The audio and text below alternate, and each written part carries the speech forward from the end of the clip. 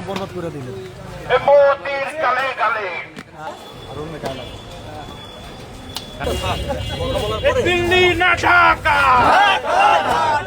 কসাই এবং আধিপত্যবাদী যারা বাংলাদেশকে তাদের প্রদোষ মনে করে এই মোদির পুষ্পতুলিকা দাহ করেছে। আমরা এখন এই পাশে স্টিকার লাগাবো এবং ওকে ঝুলাইয়া জুতা গলায় দিব আর কি। আপনারা বাংলাদেশে ভারতীয় আধিপত্যবাদ 5ই আগস্টের পরপরই শেষ হয়ে গেছে। আমরা খুনি হাসিনার আধিপত্যবাদের সাথে সাথে এই ভারতীয় আধিপত্যবাদ খবর দিয়েছি, কিন্তু আমরা আজকে যা দেখেছি নরেন্দ্র মোদী যে ফেসবুক স্ট্যাটাস দিয়েছে, এখানে বাংলাদেশের নাম নেই, পুরো ক্রেডিট তারা ভারতীয় নাম নিয়ে নিয়েছে।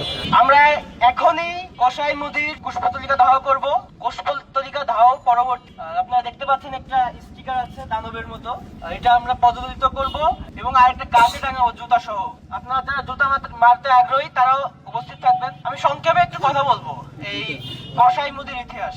আপনারা অবশ্যই অবগত আছেন, এই মোদিরকে আমাদের দেশে আনা হয়েছিল খুনি হাসিনা দেশের মানুষের গণতান্ত্রিক অধিকার হরণ করে, দেশের মানুষের মতামতকে উপেক্ষা করে গুজরাটের কসাই ভারতের সংখ্যালঘুদের উপর নির্যাতনকারী, ভারতের সংখ্যালঘুদের নিষ্পেষণকারী, সংখ্যালঘুদের প্রার্থনায় ধ্বংসকারী, সংখ্যালঘুদের হত্যাকারী, সংখ্যালঘুদের ঘর বাড়ি জ্বালিয়ে দেওয়া এই নরপশুর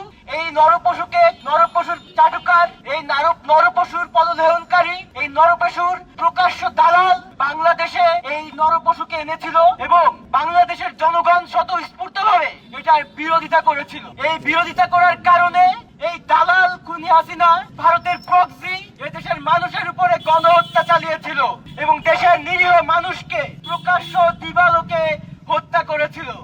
বাংলাদেশে যে গত 17 বছরের যে অপশাসন চলেছে, সেই অপশাসনের প্রত্যক্ষ এবং পরোক্ষ মদতদাতা হচ্ছে এই ভারত। এই ভারতীয় আধিপত্যবাদের বিরুদ্ধে আপনি একটু চিন্তা করেন, কোনো কথা বলে নাই, রাজপথে কোনো আন্দোলন করে নাই, জাস্ট আমাদের পানির অধিকার নিয়ে, আমাদের নদীর অধিকার নিয়ে আমাদের আবরার ফাহাদ ভাই শুধুমাত্র একটা পোস্ট করছিল, শুধুমাত্র একটা সংক্ষেপে একটা পোস্ট করছিল।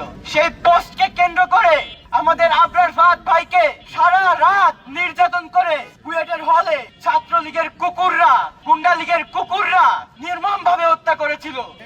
আপনারা ফেলানিকে ভুলে যাননি, হয় আমরা ফেলানিকে শতকের পর শতক ফেলানি আমাদের বীর হয়ে থাকবে।